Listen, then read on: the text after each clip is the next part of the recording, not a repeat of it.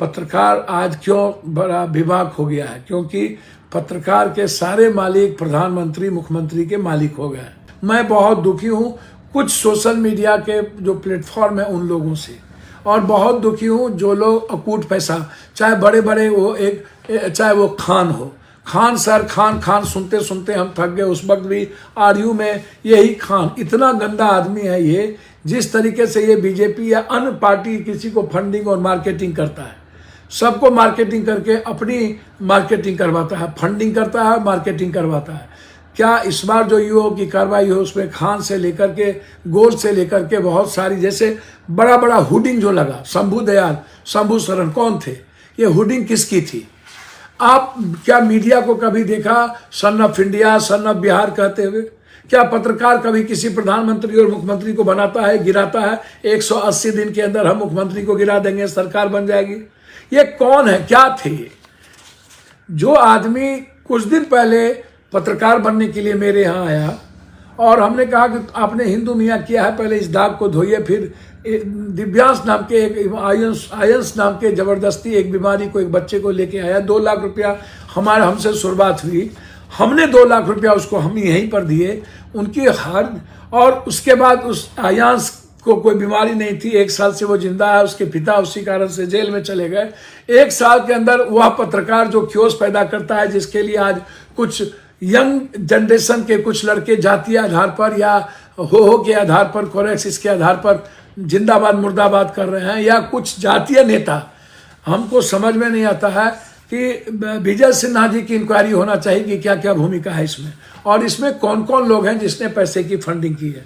हमारे बाद राकेश पांडे जी ने मदद की, फंडिंग किया आयांश के मुद्दे पर, और बार बार एक उसकी भी चर्चा होने लगी, क्या राकेश पांडे इसको फंडिंग कर रहे हैं? हमको समझना होगा इसमें राकेश पांडे जो भारत का बैवरो कंपनी या लंदन में जाकर के एक बड़ा भारत को के नामों को कर रहा हो, रिस्पेक्ट दे रहा हो, मेरा उससे कोई लेना देना नहीं। राकेश पांडे जी बीजेपी के साथ हैं या कौन कहाँ से गए, क्या हुआ, कैसे बने, मेरा उस पर नहीं लेना देना। लेकिन जब ऐसी चर्चा सोशल मीडिया पर या अन्य जगह होने लगती है कि इसके पीछे कौन कौन लोग हैं, तो मुझे लगता है कि हमको पॉलिटिकल बात करनी चाहिए, पॉलिटिशियन की बात करनी चाहिए, बिना पॉलिटिशियन की। आप हमको जरा बताइए फंडिंग कहाँ से आई, आप इसको समझने का प्रयास करिए। एक कहावत है, जब प्रशासन जब सही दिशा में काज नहीं करती है तो आम आदमी मजबूरन कानून कोर्ट का सहारा लेता है।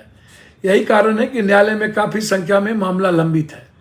हमेशा से आप देखे होंगे प्रशांत भूषण को, जब कानून काम नहीं करती है तो कोर्ट जाता है। इसी तरीके से लगातार कुछ यूट्यूबर जिसमें जो आज रो रहे हैं या जिसके साथ कुछ लोग खड़े हैं, मुझे कभी कभी आश्चर्य लगता है कि भूमिहार समाज से मैं या यादव या राजपूत या कोई समाज से मैं हाथ जोड़कर एक अपील करता हूं, क्या हमारे समाज में जो वर्ल्ड की हिस्ट्री बनाने वाले, समाज निर्माण के जो बड़े बड़े इतिहासकार हैं, संघर्ष किए हैं, राजा महाराजाओं के पद पर रहे हैं, क्या मैं उसको आइकॉन ना मानूं? मैं भूमिहार समाज के लोगों से कहना चाहूँगा, मेरे भी घर में भूमिहार समाज में रिश्तेदार हैं, मेरे बौनई एक भूमिहार है, और कई लोग मेरे अलग अलग समाज में आनंद मार्गी हों, अलग अलग दलों में हैं। लेकिन आप तुरंत गाली देने लगते हैं। तो एक बात मैं आपसे पूछता हूँ, राष्ट्रकवि दिनकर या शाहजहान सरस्वती या पंडित जदुनंदन शर्मा या बाबू श्री कृष्ण सिंह, क्या हम उसको भूल कर लग जाए? हम विद्यापति कवि जी को भूल जाए? क्या हम गुंडे मवाली आज हमारे भविष्य को, किस्मत को तय करेगा? क्या नेताओं को गुंडे मवाली के मंच पे जाना चाहिए? क्या तेजस्वी यादव जी को गुंडे मवाली के मंच पर जाना चाहिए? जो आज लगातार ये बातें हो रही है और सदन के नेता अपने चरित्र को झांक करके देखते नहीं है, दूसरे को गाली गलौज देते हैं। आज ऐसे लोगों को वो सपोर्ट कर रहे हैं। बीजेपी की क्या भूमिका है इस वीडियो को बनाने में? जो आज इतने बिहारी पिट गए इस वीडियो के बाद, क्या उन पर, इसके बैक में कौन कौन है, उस पर केस नहीं होना चाहिए? आप जो लगातार ये जितने लोगों ने फंडिंग किया है या बड़ी बड़ी हुडिंग किया है, उसके एवज में इन्होंने मार्केटिंग करवाई। जिस कोचिंग में कंपनी में जाता है वहां पर ये मार्केटिंग के लिए पैसा लेता था और इसको देते थे। तो क्या ऐसे कोचिंग पर कार्रवाई नहीं होना चाहिए? क्या उसका काम यही सब बच गया है? गलत मार्केटिंग करके विद्यार्थियों के पैसे से आप ऐशो आराम की जिंदगी जियो? क्या उसके इन्वॉल्वेशन की कार्रवाई नहीं होनी चाहिए? बहुत क्लियर है। मैं बहुत क्लियर बात आज करना चाहता हूं। समाज क्या चाहती है? हम ये बात परफेक्शन आईएस बनाने वाला जो ये यूट्यूबर्स को फंड करते हैं, आखिर इतना पैसा आता कहाँ? इतना ही नहीं, हॉस्पिटल मालिक, दवाई कंपनी मालिक अपना प्रमोशन यूट्यूबर से कराते हैं। जैसे इसमें मनु द्विवेदी जैसे लोग शामिल हैं। मनु द्विवेदी जैसे लोग कैसे शामिल हो गए? मनु द्विवेदी को क्यों नहीं इसको आप जांच का विषय बना रहे हैं? आप हमको जरा बताइए। जो नेता गाली गलौज देते हैं वो यूए में क्यों ना रहा है? उस पर कार्रवाई क्यों नहीं करना चाह रहे हैं? सिर्फ एक हिस्से को, कुछ गलत लोग को छोड़ देंगे, आप बड़े नेता मगरमच्छ को छोड़ देंगे तो कैसे काम चलेगा? और समाज जिस तरीके से गलत लोगों को, और ये नेता मार्केटिंग करने लगते हैं, खड़े हो जाते हैं कुछ गुंडे लुच्चे मवाली जाति के आधार पर। मैं उन जातियों का कहना चाहता हूं कि आपका इतिहास है, आपकी विरासत है, आप पर, आपकी विरासत पर गर्व करता है। हर जाति धर्म मजहब का अपना अपना इतिहास है। आप परशुराम भगवान की पूजा करते हैं, फिर आप लुच्चे लफंगे आपके नेता कैसे हो सकते हैं? जिसने जुल्म के खिलाफ तलवार उठाई, जुल्म के खिलाफ लड़ाई लड़ी, वो जुल्मी के साथ खड़ा हो जाएगा? मां का कुछ यूट्यूबर्स उसके मां से लेके बयान लेकर के चलाने लगते हैं, कभी कुछ करने लगते हैं। आप उसकी गलती को झांक करके नहीं देख रहे हैं कि वो कितनी गलती पर गलती करता चला गया। एक गलती माफी हो सकती है, 50-50 गलती, 10-10 गलती माफी होनी चाहिए। एक बार आपने चोरी कर ली तो बच जाइएगा, लेकिन लगातार दर बदर चोरी करते रहिए नेता लोग। दादा के बाद नाना, नाना के बाद बाप, बाप के बाद बेटा, बेटा के बाद पोता। क्या वो माफी जोग है? क्या ऐसे नेता को छोड़ देना चाहिए? और नेता सबसे बड़ा दोषी, तो नेता को बनाता कौन है? जब हम आज एक बच्चे की मौत हुई, एक ही बेटा था, मार दिया, नेता को पता ही नहीं कि थानेदार कौन है। एक थानेदार बेटा में 10 करोड़ रुपया कमाता है। सिटी में हम शाम में गए, वहां एक ही बच्चा था, मार दिया। बाईपास का 10 लाख कमाता है। ऊपर से नीचा थानेदार को बगैर किसी मंत्री और किसी सरकार के बेटा में पैरवी के बगैर वहां पर पोस्टिंग होती है क्या? एक ही बेटा था, मार दिया। कुछ सुनने वाला नहीं, ये मुद्दा नहीं बनता। वहां यूट्यूबर्स नहीं जाएंगे, लेकिन ठेकेदार और बड़े बड़े ठेकेदार जहां काम करते हैं उसकी मिट्टी गिट्टी दिखा करके चुप हो जाना, बाद में पैसा लेकर के चुप हो जाना। सदन में भी नेता लोग यही क्वेश्चन करते हैं, इसी तरह करते हैं लोकसभा विधानसभा में। किसी के बारे में क्वेश्चन करके पैसा लेके चुप हो जाना नहीं करते हैं क्या? एक बार आई है पैसा लेकर के क्वेश्चन में बात होना, कितने लोग जेल में गए, कितने लोग एमपी बने, कितने लोग सजा हो गए। लगातार सदन में कोई मुद्दा उठा करके, जैसे किरीट सोमैया हमेशा बड़ा बड़ा पूंजीपतियों के खिलाफ मुद्दा उठा करके पैसा लेकर के चुप हो जाते थे। सदन में लगभग यही सब चीजें होती है। सदन से हमको नफरत क्यों हुआ? सिस्टम और पॉलिटिकल सिस्टम से नफरत क्यों हुआ? और आज बहुत क्लियर है हम इस मामले में। मैं बहुत क्लियर हूं। मैं आज किसी को बारे में कहने नहीं, मैं समाज को कहने आया हूं। कब तक ऐसे लोगों का सपोर्ट कीजिएगा कि मेरे जात का है 47 वाला, 56 वाला? कब तक गलत लोगों को सपोर्ट मिलेगी? कब मजबूत विचार वाले और आम आदमी की जिंदगी जीने वाले लोग के साथ आप खड़े होंगे? कब तक? मेरा बहुत क्लियर है, ये जितने पैसे पूंजीपति आपसे पैसा कमाते हैं वो कंप्लीट रूप से वॉशिंग पाउडर, निरमा, चश्मा गोला गायब। जो दिखता है वो बिकता है। आप खुद सोचिए ना, ये यूट्यूबर्स को खाने के लिए पैसा नहीं था, फिर अरब करोड़ों रुपया कहां से आए? किसने फंडिंग की? आप हमको बताएं। इसलिए लड़ाई हम दर बदर लड़ेंगे और गलत चैनल और गलत लोगों के खिलाफ लड़ाई लड़नी होगी हम सबको।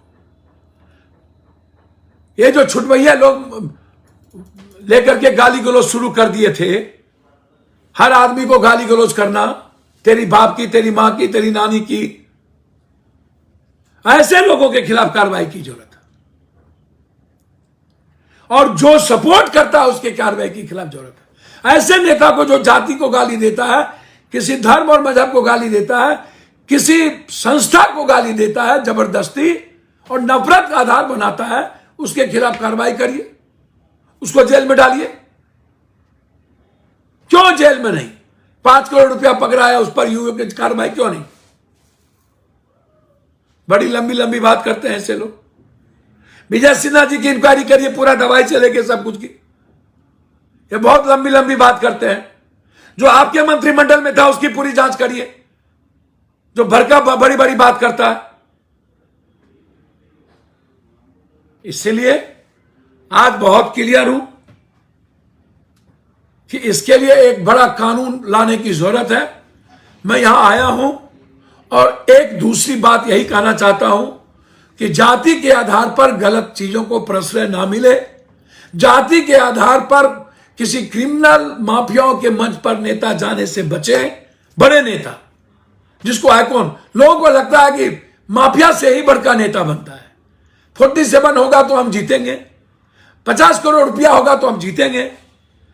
हर यूथ आज माफिया 47 बनना चाह रहा है और दूसरे को गाली गलौज देकर के नेता बनना चाह रहा है। क्या आप सोचेंगे कि देश के लिए यह सही है? यह मेरे लिए सबसे बड़ा सवाल है और मेरे हार्ट पर पड़ता है जब कोई किसी जाति को, किसी धर्म को, किसी को गाली देता है, जब कोई दूसरे को एक्सटॉर्शन करता है, सवाल उठा करके सदन में, सदन के बाहर धमकी देकर के, दिखा करके, और मार्केटिंग एक दूसरे का, सोनू सूद हो या कोई, हम तुम्हारी मार्केटिंग करेंगे, तुम हमको फंडिंग करो, तुम हमारी मार्केटिंग करो। पप्पू यादव की मार्केटिंग तो कभी नहीं हुई, ना मैंने करना चाहा, मेरे पास पैसे नहीं है। अरबों अरब रुपया मैंने शायद बांट दिया होगा, शायद, और उससे ज्यादा मैंने अपनी जिंदगी को खतरे में डाल के डाला। मैंने मार्केटिंग नहीं की, मेरे पास वो औकात नहीं है। फिर मैं कहूंगा जो दिखता है वो बिकता है। खत्म करिए ऐसे लोगों को जो संविधान, लोकतंत्र और समाज के लिए खतरे हैं। आप कहते हैं कौम का है, कोई कहता है हिंदू मियां का है, कोई कहता है ज्यादा बैकवर्ड फॉरवर्ड का है। एक पार्टी जाती है कहता है बैकवर्ड एक हो, एक पार्टी जाती है कहता है फॉरवर्ड एक हो, हिंदू एक हो, एक पार्टी जाता है कहता है कि नहीं मुसलमान एक हो, एक जाता है कहता है नहीं निषाद एक हो। क्या यही हमारी डेमोक्रेसी है? हम इसीलिए जाने जाते हैं। सीमांचल का इस्तेमाल कब तक? सीमांचल को राजनीतिक, कोसी को राजनीतिक भूमिका कब तक? मिथिलांचल का शोषण कब तक? कोसी को कब तक जादव, गैर जादव या बैकवर्ड फॉरवर्ड का आधार बनाइएगा? कब तक मिथिलांचल को ब्राह्मण गैर ब्राह्मण का आधार बनाइएगा? कब तक सीमांचल को हिंदू मुसलमान का आधार बनाइएगा? कब तक? कब तक? और जब चुनाव आएगा तो फिर आप वहीं से नफरत का जहर पैदा कीजिएगा। कब तक इस्तेमाल होंगे? क्या हमें अपने दम पर लड़ने की हिम्मत नहीं है? क्या कोसी सीमांचल को अपनी जिंदगी को तय करने की जिम्मेदारी नहीं है? आप ठेकेदार हैं कौम के। पप्पू यादव ठेकेदार है जात का, अमित शाह ठेकेदार हिंदू के हैं। 9 साल और 12 साल के अंदर जिसने सबसे बड़ी आबादी 28% आबादी की मदद नहीं कर पाया, दलित, ST SC, वो ठेकेदार है। जिसने समाज को बांटने का काम किया और एक भी गरीब हिंदू के बारे में सोचा नहीं, वो हिंदू के ठेकेदार है। सिर्फ मंदिर और पत्थर के शिलालेख के आधार पर आप हिंदू के ठेकेदार हो गए। भगवान के ठेकेदार आप हैं।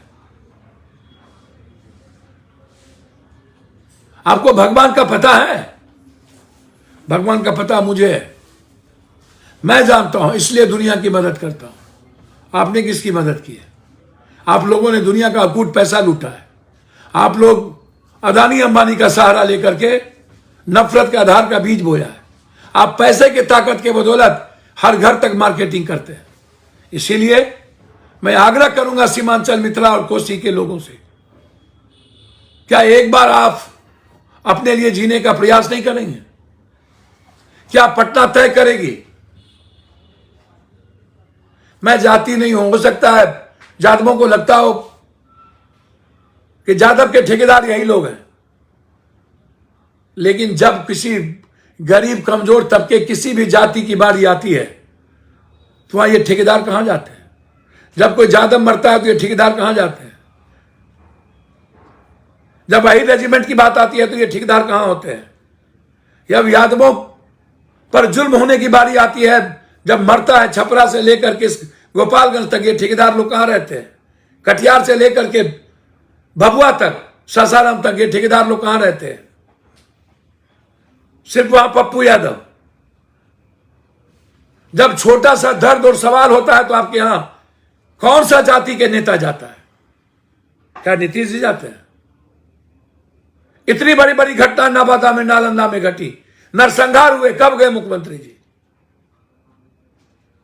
फिर सीमांचल को नफरत का आधार और जमीन क्यों तय करता है? वहीं से चुनाव का आगाज ये लोग क्यों करता है कि हमें बांटना है, नहीं बंटने देंगे, अपनी मां और अपने मट्टी की रक्षा मर के भी करेंगे, लड़ेंगे, प्रयास करेंगे कि सीमांचल कोसी एक हो। हम बस यही कहना चाहते थे कि इन लोगों से बचिए। इन लोगों को बाढ़ का पता है। पप्पू यादव सांप के बगल में सोता रहा। याद करिए किशनगंज के लोग, एक बार भी हम आपको नहीं छोड़े थे। याद करिए पूर्णिया कटिहार के लोग, कहां थे वो कोसी त्रासदी की जब पप्पू यादव 4 करोड़ रुपया मनमोहन सिंह को बाय चेक दिया था, हम अपने घर से दिए थे। तब कहां थे ये नेता जो सब छोड़ के भाग गए थे? पैजामा पहन करके नदी में डूबकर फोटो खिंचाना और मार्केटिंग करना। क्या चुल्लू भर पानी में डूब के नहीं मर जाना चाहिए? सबसे ज्यादा गरीब है तेलंगाना, जाइए ना आप वहां जाकर के देखिए कितनी गरीबी है। आप हमें सिखाएंगे निजाम पर से आकर के गरीबी? पूरे देश में जो मुसलमानों की स्थिति है, 2.3% रोजगार नहीं है, 3.8% एजुकेशन नहीं है। पहले आप यह बताइए कि आपने कितने स्कूल कॉलेज खोले, कितने मुसलमानों को पढ़ाया सिवाय सेंटीमेंट के? जब आते इस्तेमाल करने आ जाते। बताइए ना ये यादव के ठेकेदार लोग कितने बैकवर्ड के लिए, कितने निषाद मल्लाह केवट के लिए इन्होंने पैसे काम किए? बताइए निषाद के नेता, बताइए यादव के नेता कितने स्कूल खोले, कितने अस्पताल खोले? और मैं कोई ऐसा देश का गरीब नहीं जिसका इलाज नहीं कराया। मेरा घर दिल्ली में फ्री, पटना में फ्री, हर डॉक्टर के पास फोन, हर जगह पप्पू यादव के लोग। इसके कितने लोग खड़े होते हैं? क्यों आप सीमांचल में इसको इस्तेमाल करने देते हैं? फिर यह सीमांचल जा रहा है किशनगंज, अमित शाह फिर वहां गाली गलौज करेगा। एक गए एक जाएंगे। हमें बचना होगा और लड़ना होगा और हमें उठना होगा और यह सोचना होगा क्या मैं अपनी भविष्य को तय कर सकता हूं? और कौन लोग हैं जो आपकी पूरा ट्रेन हमारे कोसी सीमांचल से छीन के चला गया। जितना हम सफर से लेके जितना ट्रेन लाए, हर स्टेशन पर ट्रेन को हम रुकवाए थे। कोरोना के बाद इन्होंने सब ट्रेन, क्यों कोई एमपी एमएलए हिम्मत नहीं हुई? क्यों कोई एमपी एमएलए अपराधी के खिलाफ नहीं बोलता है, भ्रष्टाचार पर नहीं बात करता है?